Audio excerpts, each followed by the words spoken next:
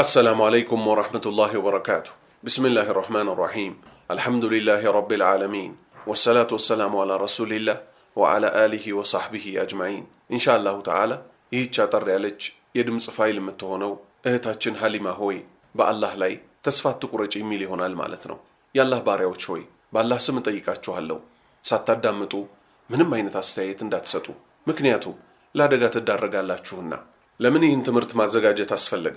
አንደኛ ለሀሊማ በማዘን፣ ሁለተኛ ሙስሊሞች ሲያጠፉ ምን አገባኝ ብሎ መቀመጥ እምነታቸው የተጓደሉ ሰዎች ባህሪ እንደሆነ ነብዩ ሰለላሁ ዐለይሂ ወሰለም ጠቅሰዋል። ምን ሲሉ? ከናንተ ውስጥ እኮ አንዳችሁ እምነቱ ሙሉ አይደለም ለራሱ የወደደውን ለወንድሙ እስካልወደደ ድረስ አሉ። እንደሚታወቀው ሀሊማ የምትሰራው ስራ ጥሩ እንዳልሆነ እሷም ታውቀዋለች አይደለም እኛ ማለት ነው። ስለዚህ እህታችን ናት እስካልን ድረስ ሙስሊም ናት እስካልን ድረስ እኛ ለነብሳችን የምንወደው ከእንዲህ አይነት ማይረቡ ነገሮች መቆጠብ ነው። የምንሰራው ወንጀል ህዝብ ዘንድ ተሰራጭቶ አላህ ዘንድ እንዳያስጠይቀን ነው የምንፈልገው። ይህ ከሆነ እሷ የምትሰራው ጥፋት ወደ ህዝብ እየደረሰ ነውና ቢያንስ ህዝብ ጋር የሚሰራጨው እንዲቆምላት ለሰዎች ትምህርት እንዲሆን ነው ማለት ነው። ሶስተኛ አላህ በጠላው መንገድ ላይ ታዋቂ መሆን ለሚፈልጉ ሙስሊሞች ከሀሊማ ብዙ ትምህርት እንዲወስዱ። የሷ ላይፍ ታዋቂ ናት አሁንም ባለችበት፣ ግን ደስታ የሚባለውን ነገር ልታገኘው አልቻለችም። ፌመስነቱን ፌመስ ናት አሉ በሚባሉ ሚዲያዎች ትቀርባለች፣ ግን ህይወትን ማግኘት አልቻለችም።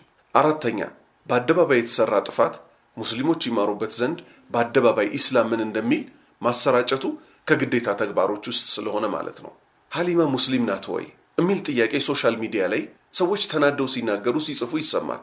አዎ ሙስሊም ናት። በኢስላም የወንጀሎች ሁሉ ታላቅ አቻ የሌለው በአላህ ላይ ማጋራት ነው። ይህ ወንጀል ነው ከኢስላም የሚያስወጣው። ከዛ ውጭ ዝሙት መስራት፣ ዘፈን መዝፈን፣ መጠጥ መጠጣት፣ ወለድ መብላትና የመሳሰሉት ታላላቅ ወንጀሎች ቢሆኑም ከኢስላም ግን አያስወጡም። ሶሻል ሚዲያ ላይ ይቺ ግን ሙስሊም ናት ብላችሁ የምትጽፉ ወንድምና እህቶች አላህን ፍሩ። እስልምናን ጠንቅቃችሁ ወቁ። እስልምናን ሳናቅ ከመናገር እንቆጠብ። ሀሊማ ሆይ አላህ ከአዛኞች ሁሉ በላጭ አዛኝ ነው። ወላጆችሽ በተለይ አባትሽ በጣም ስለሚወዱሽ፣ ስለሚያዝኑልሽ፣ በእድሜ ስለሚበልጡሽ፣ ለአንቺ የሚበጀውን ስለሚያውቁልሽ ነበር ዘፈንን እንድትተይ ትዳር አግብተሽ እንድትኖሪ ሲያዙሽ የነበረው። በዚህም ሰበብ ተጣልተውሽ የኖሩት ማለት ነው። አላህ ይዘንላቸው፣ አላህ ይማራቸው፣ አላህ ቀብራቸውን ያስፋላቸው፣ ስምንቱን ጀነት ነሲባቸው አላህ ያደርግላቸው። እኚህ አባት አያሳዝኑሽም? አሳድገውሻል። እዚህ ምድር ላይ አንቺን መጥፎ እንዳይነካሽ ስንት ጥረዋል። የሚቀጥለውም ዓለም እንዳትለያቸው ስለፈለጉ ነው ሲቆጡሽ የኖሩት። በህይወት ባይኖሩም እስቲ ዛሬ አንቺ ምክራቸውን ተቀብለሽ ካለሽበት ዓለም ውጪ ወደ አላህ ተመለሽ። ለሳቸውም ሌትና ቀን ዱዓ አድርጊላቸው። አንቺ የምትዘፍኚው ዘፈን ለሳቸው ቀብራቸው ውስጥ ምንም አይጠቅማቸውም። አላህ ተመለሽ ይልሻል። ተስፋ አትቁረጪ፣ ከዚህ ህይወትሽ ውጪ። እህቴ ሀሊማ ሆይ አንቺም እሳቸው ወደ ሄዱበት እኮ መሄድሽ አይቀርም። ሞት ለማናችንም አትቀርም። ከሞት በኋላ ግን መልካም ሰሪዎች መልካም ሲያገኙ አጥፊዎች ይቀጣሉ። ሀሊማ ስምሽ እኮ ነቢዩ ሰለላሁ ዐለይሂ ወሰለምን ጡት አጥብታ ያሳደገችው የታላቋ ሷሃባ ስም ነው። አብዛኛው ኢንተርቪዎችሽ ላይ አድማጮቼ አድናቂዎቼ ትያለሽ። እነዚህ አካላት እኮ አላህ ዘንድ ለሚያስጠይቁሽ ጉዳዮች አጋዥም አማላጅም አይሆኑሽም። ቀብርም አብረውሽ አይገቡ። እርግፍ አርገሽ ተያቸው። ሀሊማ ሆይ ዘፍነሽ አየሽው፣ ምን ደስታ አገኘሽ? መልሱም ምንም ነው የምትይው። በእያንዳንዱ ጉዳይሽ ዝም ብለሽ በጣም ጮክ ብለሽ ትስቂያለሽ። ይሄ የሚያሳየው አንደኛ የሚቀጥለው ዓለም ላይ ምን አይነት አስፈሪ ቀን እንዳለ ስለማታቂ፣ ሁለተኛ እውነተኛ ደስታ ስለሌለሽ ነው በትንሽ በትልቁ የምትስቂው። አንድ አደገኛ ችግር ልንገርሽ። እኛ አዲስ አበባ ተወልደናል፣ የአራዳ ሰፈር ልጆች ነን የምንል ሰዎች በጣም ትልቅ ጉዳት ተጎድተናል። እሱም ከኛ በላይ አራዳ ከወዴት ይምጣ የሚል የመጨረሻ የወረደ አስተሳሰብ አለን። ዳሩ ግን የትም ተወለድ በሱና ደግ ነው። አራድነት ማለት ከሞት በኋላ ላለው ህይወት መዘጋጀት ነው። ወደ ዋናው ቁም ነገር ስመለስ ሀሊማ ሆይ ደስተኛ መሆን የምትችይው መቼ ነው? ደስተኛ መሆን የሚቻለው አላህ ያዘዘውን በመስራት የከለከለውን በመራቅ ነው። አላህን ከማምለክ መሸሽ የጭንቀት ኑሮ ለመኖር ታላቁ ሰበብ እሱ ነው። አላህ እንዲህ ያለ ወመን አዕረض አን ዚክሪ ፈኢነ ለሁ መዒሸተን ضንካ ወነሕሹሩሁ የውመ ልቅያመቲ አዕማ። ትርጉም ከግሳጼም ትእዛዜን ከማክበርና ክልከላይን ከመራቅ የዞረ እምቢ ያለ ሰው ለሱ ጠባብ ኑሮ አለው፣ በትንሣኤውም ቀን እውር ሆኖ እንቀሰቅሰዋለን አለ። ቃለ ረቢ ሊማ ሐሸርተኒ አዕማ ወቀድ ኩንቱ በሲራ። እሱም ይላል በተራው ጌታዬ ሆይ ለምን እውር አድርገህ ቀሰቀስከኝ? በእርግጥ የማይሆኝ የነበር እኮ እዚህ ምድር ላይ አለ። ቃለ ከዛሊከ አተትከ አያቱና ፈነሲተሃ ወከዛሊከ ልየውመ ቱንሳ። ነገሩ እኮ እንደዚሁ ነው። ተአምራቶቻችን መጣችልህ፣ ተውካትም፣ እንደዚሁ ዛሬ ትተዋለህ ይለዋል። ስለዚህ እህቴ ሆይ አንቺ ያለሽበትን ህይወት አንቺ ታውቂዋለሽ፣ እኛም እናውቀዋለን። ከዚህ ህይወት ውጪ መልካም ህይወት እንዴት እንደሚገኝ ደግሞ ራሱ ምን አለ? መን አሚለ ሷሊሐን ሚን ዘከሪን አው ኡንሳ ወሁወ ሙእሚኑን ፈለኑሕየነሁ ሐያተን ጠይባ። ትርጉም ከወንድም ወይንም ከሴት እርሱ አማኝ ሆኖ መልካም የሰራ መልካም ኑሮን በእርግጥ እናኖረዋለን አለ።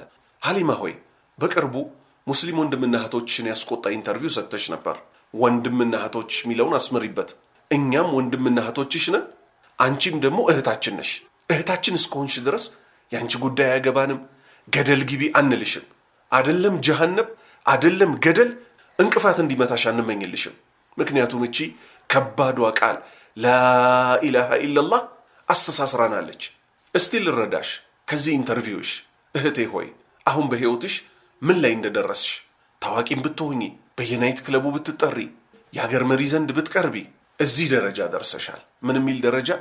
የሚያዝንልኝ፣ የማፈቅረው፣ የሚያፈቅረኝ፣ ጥሎኝ የማይሄድ ወንድ አገኛለሁን? ይህ እንኳን አይሆንም እያልሽ እኮ ነው።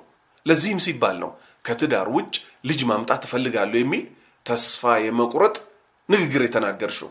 የንግግርሽን አደገኝነት ልብ ብለሽ ተገንዝበሽዋል። አንደኛ በአላህ ላይ ተስፋ የመቁረጥ ስሜት ውስጥሽ ገባ። በአላህ ላይ ተስፋ መቁረጥ ደግሞ ከታላላቅ ወንጀሎች ውስጥ ነው። ሁለተኛ ወንጀልን በአደባባይ ለማህበረሰባችን ለማስተዋወቅ ሞከርሽ። የመጥፎ ነገር አርአያ መሆን ደግሞ ወንጀሉ ንብርብር ያደርገዋል። ሶስተኛ በአደባባይ ህይወትሽ አደጋ አጣብቂኝ ውስጥ እንዳለ ተናገርሽ። አራተኛ ከትዳር ውጭ የተወለደ ልጅ ምን አደገኛ ኮንሲኩዌንስ ይዞ እንደሚመጣ ላስረዳሽ እስቲ እህቴ። አባቴ ማን ነው ብሎ ይጠይቅሻል። ለምን አብሮኝ አይኖርም ብሎ ይጠይቅሻል። ሌላም ጨርቅሽን አስጥሎ የሚያሳብዱ ጥያቄዎች ያነሳብሻል። በዛ ሰዓት ምን ይሆናል ያንቺ መልስ? ስለዚህ እህቴ ሆይ እኛ ወንድምና እህቶችሽ ከአላህ በታች አንቺን ለማዳን እንደ ሰበብ ዱዓም ምክርም ይጠበቅብናል። እህቴ ሀሊማ ሆይ አንቺ በፍጹም በአላህ ላይ ተስፋ ልትቆርጪ አይገባሽም። አላህ ምን እንዳለ ልንገርሽ። የፍጡራኑን ተዩ። እኛ ፍጡራኖች ስንናደድ ከኛ የማይገቡ ነገሮች ሁሉ እናገራለን። ያ ግን ቻይ የሆነው አዛኝ የሆነው ቀጪ የሆነው ጌታ ምን ይላል? ቁል ያ ዒባዲየ አለዚነ አስረፉ ዐላ አንፉሲሂም ላ ተቅነጡ ምን ረሕመቲላህ ኢነላሃ የግፊሩ ዙኑበ ጀሚዓ ኢነሁ ሁወል ገፉሩ ረሒም በላቸው። ነቢያችን ሆይ እናንተ በነብሶቻችሁ ላይ ድንበር ያለፋችሁ ባሪያዎቼ ሆይ፣ ወንጀል ላይ የወደቅን በጠቅላላ ማለት ነው፣ ከአላህ እዝነት ተስፋ አትቁረጡ። አላህ ኃጢአቶችን በመላ ይምራልና እነሆ እርሱ መሐሪው አዛኙ ነውና ወደ እሱ ተመለሱ አለ። አላህ ሁሉንም ወንጀል ይምራል። ልብ በይ እህቴ፣ በንጹህ ንስሐ መመለስ ብቻ ነው ከኛ የሚጠበቀው። አንቺ ንስሐ ግቢ እንጂ አላህ እንዴት እንደሚደሰትብሽ አታውቂ። ናይት ክለብ ዘፍናለሁ ስላልሽ ማለት ነው። ናይቱን የማታውን ክፍለ ጊዜ ክለብ ከመሄድ እርግፍ አርገሽ ተይና ናይቱን አላህ ዘንድ ተዋደቂበት። መሬት ላይ ተደፍተሽ እያለቀስሽ ማረኝ፣ እዘንልኝ፣ አንተ ካልማርከኝ ካላዘንክልኝ በሁለት ሀገር ከከሳሪዎች እሆናለሁ ብለሽ አልቅሽ። የሚያዝንልኝ ባል ስጠኝ ብለሽ ለምኚው። 7 ሰማይ 7 ምድር በውስጡ ያዘው ሁሉ የሱ ነውና ሲያዝንልሽ ላንቺ የሚያዝን ባል ይሰጥሻል። ያዝንልኛል ማለትሽ ብቻ ይበቃሻል። ከዛ በኋላ የሱን እዝነት በተግባር ታየዋለሽ። አላህ ወደ እሱ ተመላሾችን እሱን የሚለምኑትን በጣም ወዳጅ እንደሆነ ልትዘነጋ አይገባሽም። ለኛ ለምስኪኑ አባትሽ በመከራም በደስታም ጊዜ አዝነው ላሳደጉሽ ሕፃን ልጅ ሆነሽ እንዳይበርዳት ብለው ከራሳቸው ልብስ ላይ ትተው ላንቺ ገዝተው ላሳደጉሽ አላህ እንዲያዝንላቸው፣ እንዲምራቸው፣ ቀብራቸው እንዲያሰፋላቸው፣ ጀነት እንዲያስገባቸው፣ ከእሳት እንዲጠብቃቸው ሌት ተቀን ዱዓ ልታደርግ ይገባሻል። ሙስሊሞች ሆይ ሀሊማና የሷን መጥፎ አርአያ መከተል የሚፈልጉትን በመምከር ለነሱም ዱዓ በማድረግ ነፍሳቸውን እናድነው። አላህ እህታችን ሀሊማንም ሆነ ሌሎችን ከገቡበት ጨለማ ያውጣቸው። እኛንም ጽናት ይስጠን፣ ዝርያዎቻችንንም ይባርክልን። እህቴ ሆይ በአላህ ላይ ተስፋ አትቁረጭ። አላህ ይምራል፣ አላህ ያዝናል። መልካም ባል ይሰጣል፣ አዛኝ ባል ይሰጣል። አብረሽ የምታረጂው መልካም ልጆች ይሰጣል። ቀኑም አረፈደም። ዛሬውኑ በንስሐ ተመለሽ። አላህ ተውበትን ይወፍቅሽ፣ ለእኛም ተውበትን ይወፍቀን። ጸንተው ከሚኖሩት ያድርገን። ሞት አፋፍ ላይ ከሚጸኑት ሰዎች ያድርገን። ከቀብር ቅጣት ተጠብቀው ሲራጥን በሰላም አልፈው ጀነተል ፊርደውስ ግቡ ከሚባሉት ያድርገን። ሱብሓነከ አላሁመ ወቢሐምዲክ አሽሀዱ አን ላ ኢላሃ ኢላ አንት አስተግፊሩከ